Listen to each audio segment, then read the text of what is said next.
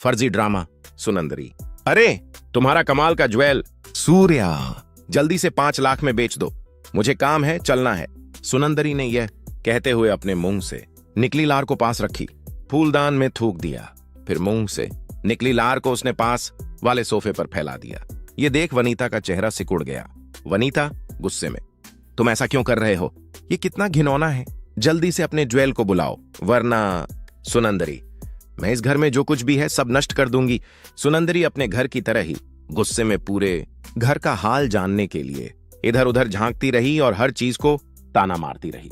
वनीता शंका में, सूर्या और प्रीति भी आ ही रहे हैं, क्या कोई बिजनेस का मामला है? प्रीति बाहर गई थी, आज वो लोग जरूर आएंगे। हाँ, लेकिन तुम्हें पैसा कैसे देना है? और ये सूर्या यहां से कैसे आ गया? वनीता लगातार सवाल करती रही, लेकिन सुनंदरी ने कुछ भी ध्यान में नहीं लिया।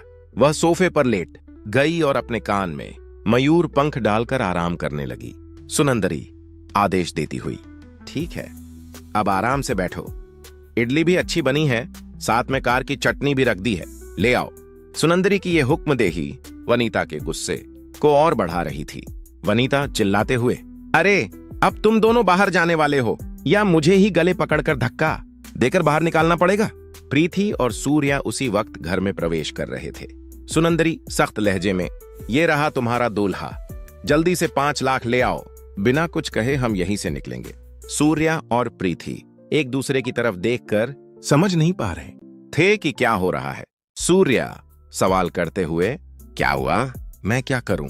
ये लोग तुमसे क्यों 5 लाख मांग रहे हैं? सूर्या जैसे ही घर में कदम रखता है, वनीता धमकाती हुई चिल्लाई। वनीता गुस्से में, अरे बहू क्या हुआ? थोड़ा शांत होकर बताओ, मुझे क्यों देना चाहिए ये 5 लाख? सूर्या उलझन में प्रीति की ओर देखने लगा। सूर्या सवाल करते हुए, मैं भी यही पूछ रहा हूं, ये लोग तुमसे 5 लाख क्यों मांग रहे हैं? शांति से उन्हें सेटल करके देखो और फिर ये बाहर चले जाए। वनीता गुस्से में चिल्लाई। कुछ दिन पहले तक वनीता और सूर्या का रिश्ता अच्छी तरह से चल रहा था, लेकिन आज वनीता फिर से पुराने तरीके से सूर्या के साथ व्यवहार करने लगी थी। सुनंदरी चिल्लाते हुए, सूर्या, तुमने अभी तक नहीं पूछा कि मुझे ये 5 लाख क्यों देने हैं? देखो ये लोग बाहर धकेलते रहते हैं, तुम्हारा कमाल का दूल्हा क्या कर रहा है? सुनंदरी की बात खत्म होते ही मां ने कहा, अम्मा जो भी वे कह रहे हैं उसे मत सुनो, ये लोग पहले कार लेने आए हैं। प्रीति ने सुनंदरी कुछ कहने से पहले ही सब कुछ वनीता के सामने उगल दिया। पहले ही वो गिर गई थी, कार और उनसे 10 फीट की दूरी थी और उन्होंने झूठ बोला कि कार ने उन्हें टक्कर मार दी ताकि तुम्हारा पैसा हड़प सके। सुनंदरी किसी भी बात को अपने फायदेमंद अंदाज में पलट देने में माहिर थी, पलक झपकते ही किसी भी बात को अपनी तरफ बदल देती। प्रीति इस डर से बिना सोचे समझे सच बता बैठी। प्रीति ने कांपती आवाज में कहा, अरे मैं फिसल कर गिर गई थी, उससे पहले कौन था? यह भी बिना देखे तुम लोग क्या मेरी कार छोड़ दोगे? मुझे पैसे की जरूरत नहीं है, पर मेरे बेटे को मारा गया, उसने उसे मारकर ऐसे घायल कर दिया कि वह अब चल ही नहीं पाएगा, उसके इलाज के लिए पैसा चाहिए, मेरा बेटा अब कैसे जिएगा? तभी सुनंदरी को वनीता की बातों पर हल्का शक हुआ। सुनंदरी संदेह में, प्रीति ये कौन सी कार बता रही हो? हमारी कार तो रिपेयर में है, तुमने मुझसे कहा था कि बस से जा रहे हो, अगर कैब बुक भी करो तो सूर्या चलाने का कोई मौका नहीं है, सच सच बताओ ये कौन सी कार है? वनीता जैसे कोई अनुभवी डिटेक्टिव हो, प्रीति और सूर्या की ओर देखते हुए सवाल पूछने लगी। एक औरत अगर शक कर ले तो उसी जगह पर एक प्राइवेट डिटेक्टिव भी कम पड़ जाए। प्रीति हल्की हंसी के साथ, अरे तुम्हें नहीं बताना था क्या? हाँ, एकदम नई काली कार, इतनी नई कि शोरूम से लाते समय नंबर प्लेट भी नहीं लगाई गई। तुम्हारा दूल्हा अब इतना बड़ा हो गया है कि उसे अब बहुत सारा पैसा देना पड़ेगा, कार खरीदने लायक ही तो बड़ा हो रहा है। सुनंदरी हंसते हुए वनीता को और चिढ़ाती रही। वनीता का चेहरा गुस्से में लाल होने लगा। वनीता जोर देकर, मैं फिर से पूछ रही हूं, सूर्या नई कार लेकर आया था, तुमने देखा क्या? प्रीति धीरे से सच को छुपाते हुए, तुम्हें कार खरीदने की बात पता नहीं है क्या? मैं बताती हूं, यह सूर्या की कार है, और सिर्फ इतना ही नहीं, जिस तरह से वो अब खड़ा था उसमें कुछ अलग सा था, उसने बढ़िया सूट भी पहना हुआ था। प्रीति को एहसास हुआ कि स्थिति अब नियंत्रण से बाहर हो रही है। अगर वनीता को पता चल गया कि ये कार सूर्या के लिए खरीदी गई है तो प्रीति की कहानी उसी समय खत्म हो जाएगी। वनीता गुस्से में सूर्या से पूछती है, सूर्या यहाँ क्या हो रहा है? ये कार तुम तक कैसे आई? ये जो वे कह रहे हैं, क्या सच में ये तुम्हारी कार है? सच्चाई बताओ। सूर्या और प्रीति ने एक ही समय में एक ही तरह से जवाब दिया। मैंने ही खरीदी। मनोज करण हंसते हुए कुछ खा रहे हुए। वाह, ये ट्विस्ट मैं तो बिल्कुल भी उम्मीद नहीं कर रहा था। सूर्या सोच रहा था कि अगर प्रीति कह दे कि उसने अपनी सेविंग्स से ये कार खरीदी है तो वनीता का गुस्सा शांत नहीं होगा। इसी समय प्रीति ने जल्दी से कहा कि उसने यह कार सूर्या के लिए खरीदी है। वह जानती थी कि वनीता सूर्या से कुछ नहीं कहेगी, इसलिए उसने पहले ही सच कहने की हिम्मत कर ली। सूर्या और प्रीति का जवाब उलझन भरा था, जिससे वनीता का शक और बढ़ गया। वनीता ने अपने दांत पीसते हुए सूर्या की तरफ देखा और जोर से पूछा, ये कार खरीदने के लिए तुम्हारे पास पैसे कहां से आए? सुनंदरी, जो इस सब का आनंद ले रही थी, वहां हो रही परेशानी को देखकर हंस रही थी। प्रीति सूर्या की रक्षा करते हुए आगे बढ़ते हुए, अम्मा मैं बता देती हूँ, ये कार सच में सूर्या की है। ये पैसे सूर्या को मिलने वाले थे, उसी में हमने ये कार खरीदी है। प्रीति ने सूर्या के पास खड़े होकर ध्यान रखा कि वनीता सूर्या के पास न जा पाए और उसे सुरक्षित रखा। प्रीति आधी हंसी और गंभीर आवाज में, तुम सोच रहे हो कि मैं पागल हूं? मैंने तुमसे ये नहीं पूछा। ये सवाल तो मैंने सूर्या से ही किया। सामान्य बात है। वनीता गुस्से में सूर्या के सामने खड़ी होकर, घर में जो दूल्हा है उसके पास पैसे कहां से आए? सच सच बताओ, तुम्हारे प्रोजेक्ट से आने वाले पैसे के बारे में क्या किया गया? वनीता ने प्रीति को धकेलते हुए, जो खुद को छुपा रही थी, सीधे सूर्या के सामने खड़ी होकर सवाल किया। प्रीति वनीता की हाथ पकड़ते हुए, अम्मा बस रुक जाइए। लेकिन वनीता ने उसका हाथ हटाते हुए कहा, इतने दिन मैंने सोचा था कि मैं अपनी बेटी के लिए अच्छा कर रही हूं, लेकिन अब मुझे समझ में आया कि ये सब सिर्फ तुम्हारे स्वार्थ के लिए किया गया है। वनीता गुस्से और दर्द में, कितनी हिम्मत है तुम्हारी कि प्रोजेक्ट से आने वाले पैसे सीधे मेरी बेटी से ले लिए गए।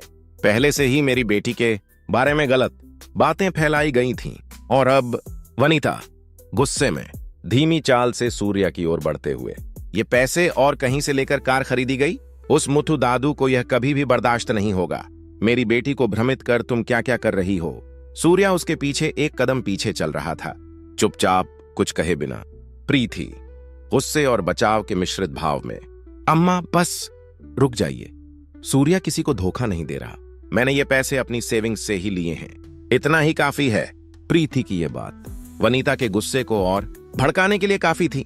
सूर्या चुपचाप यह सब सुनता रहा, लेकिन भीतर उसके गुस्से की आग धीरे धीरे बढ़ रही थी।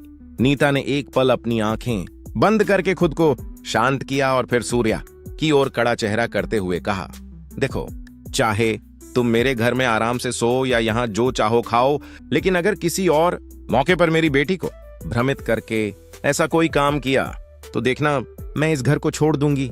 प्रीति, जो यह सब देख रही थी, अब और सह नहीं पाई। प्रीति आंसुओं के साथ आवाज कांपते हुए, अम्मा जैसा आप सोच रही हैं वैसा कुछ नहीं हुआ। मुझे खुद भी नहीं पता था कि यह कार कैसे खरीदी गई। मैं ही चाहकर यह कार सूर्या के लिए लाई हूं। प्रीति की हर एक बात में उसकी आंखों से लगातार आंसू बह रहे थे और उसकी भावनाएं शब्दों से भी गहरी झलक रही थीं। वनीता गुस्से में डाइनिंग टेबल के पास बैठे हुए, बस प्रीति, अब और एक शब्द भी मत बोलो। ये कार ले जाओ और जहां से लाई हो वहीं रख दो। सुनंदरी, जो ये सब बस मजाक की तरह देख रही थी, बोली, वनीता तुम्हारी समस्या अभी खत्म नहीं हुई है। अपने दूल्हे से वह पैसा मांगो जो उसने मुझे देना था। सुनंदरी धीरे से चुनौतीपूर्ण लहजे में, क्या तुम्हें अलग से बताना पड़ेगा? बस उस जगह को छोड़ दो और चली जाओ। इसके बाद वनीता ने बिना कुछ कहे अपना चेहरा घुमा लिया। वनीता आधे गुस्से और आंशिक उदासी में अपने आप से, ऐसा कैसे कहा जा सकता है जब तुम्हारा दूल्हा मेरे ऊपर कार छोड़कर आया और मेरा बेटा उसे मारा भी गया। सुनंदरी मजाकिया अंदाज में थोड़ी चिढ़ाते हुए, देखो कैसे मारा है, शर्ट उठाओ और देखो।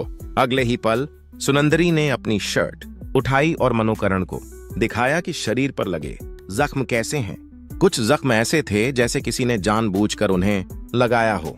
सुनंदरी ने यह सब इसलिए किया ताकि मनोकरण पर सूर्या का गुस्सा दिखाने वाली स्थिति बन जाए। जैसा उसने सोचा था, उस जख्म को देखकर वनीता बहुत झकझोर गई। वनीता ने तुरंत समझ लिया कि यह संभव नहीं कि सूर्या ने मारपीट की हो। मनोकरण शायद कुछ छोटों के लिए जिम्मेदार हो, लेकिन वनीता पूरी तरह से विश्वास करती थी कि सूर्या ऐसा कतई नहीं कर सकता। सुनंदरी हिम्मत के साथ वनीता से, सूर्या ने ऐसा नहीं किया तो मैं झूठ क्यों बोलूं? झूठ बोलने की हिम्मत मुझे नहीं है। बहुत लोग देख चुके हैं कि उसने मारपीट की थी, उसके लिए गवाह भी हैं। प्रीति सोच रही थी कि ये लड़की इतनी हिम्मत के साथ कैसे बात कर रही है, समझ ही नहीं पा रही थी। वनीता ने सूर्या की ओर देखते हुए पूछा, ये जख्म तुम्हारे हैं, इसके लिए तुम जिम्मेदार हो? सूर्या धीरे से गंभीर लहजे में, हाँ, इस जख्म के लिए मैं जिम्मेदार हूं, लेकिन सूर्या कुछ और कहने ही वाला था कि वनीता ने उसे रोकते हुए चिल्लाया, और कुछ मत बोलो, मैं जान चुकी हूं कि यह जख्म तुम्हारे कारण है, अब माफी मांगो। वनीता गुस्से में आदेश देते हुए, तुम वही करोगे जो हम कहेंगे। मेरा बेटा तुम्हारे पैर के नीचे गिरकर माफी मांगे, उसके बाद ही हम थोड़ी रुकावट कुछ और देखेंगे। सुनंदरी ने दृढ़ता से कहा, अगर तुम्हारा बेटा इतना चोटिल है कि चल भी नहीं सकता तो उसके लिए 5 लाख दो।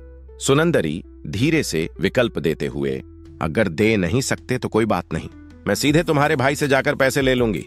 वनीता यह सुनकर चौंक गई और जोर से खड़ी हो गई।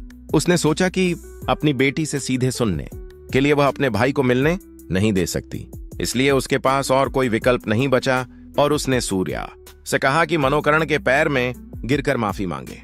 वनीता गुस्से और आदेश के साथ, इस समस्या की शुरुआत तुमने की थी, अब इसे तुम खत्म करो, और वैसे ही करो जैसा उन्होंने कहा। वनीता ने सूर्या को कड़ा आदेश देते हुए मजबूर किया। सूर्या अपने हाथ कसकर मुंह के सामने चिपकाकर गुस्से को दबाए खड़ा था। वनीता के आगे कभी सूर्या ने विरोध नहीं किया, पर आज वनीता की बातें सूर्या और प्रीति दोनों को बिल्कुल भी रास नहीं आई। प्रीति सुरक्षा में आती हुई रोकते हुए, अम्मा, क्या आप समझकर ही बोल रही हैं? सूर्या माफी कैसे मांग सकता है? प्रीति ने सूर्या को माफी मांगने से रोक दिया। वह चाहती थी कि सूर्या अपना घुटना न झुकाए। सूर्या धीरे पर दृढ़ता से, प्रीति, अगर यह मामला खत्म होना है तो मुझे माफी मांगनी ही पड़ेगी।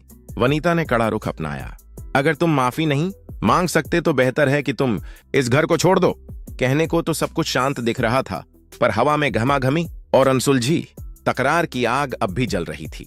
सूर्या धीरे धीरे चलता हुआ मनोकरण के पास गया। जैसे जैसे वह पास आया, उसकी सांसों की गर्मी और उसकी तीखी नजर ने मनोकरण को थोड़ी सी कांप सी जाने पर मजबूर कर दिया। लेकिन सूर्या ने सब कुछ छुपा लिया और गंभीर लहजे में बोला, मुंह बंद करो, इज्जत के लिए मैं तुम्हारे पैर के सामने गिरकर अब माफी मांग रहा हूं। वह कांपते हुए दीवार के पास खड़ा हो गया। माफी मांग दी, सूर्या ने मनोकरण की आंखों में देखते हुए कहा, और तभी मनोकरण के 2 दांत नीचे गिर गए। उस कमरे में मौजूद किसी ने भी इस दृश्य की उम्मीद नहीं की थी। दूर से भी यह नजारा हर किसी के लिए हैरान कर देने वाला था। देखने वालों को यह लगा कि मनोकरण ने सूर्या पर हमला किया है, लेकिन जैसे ही उन्होंने मनोकरण को चिल्लाते हुए भागते देखा, सभी लोग हैरानी और सदमे में ठिठक कर रह गए।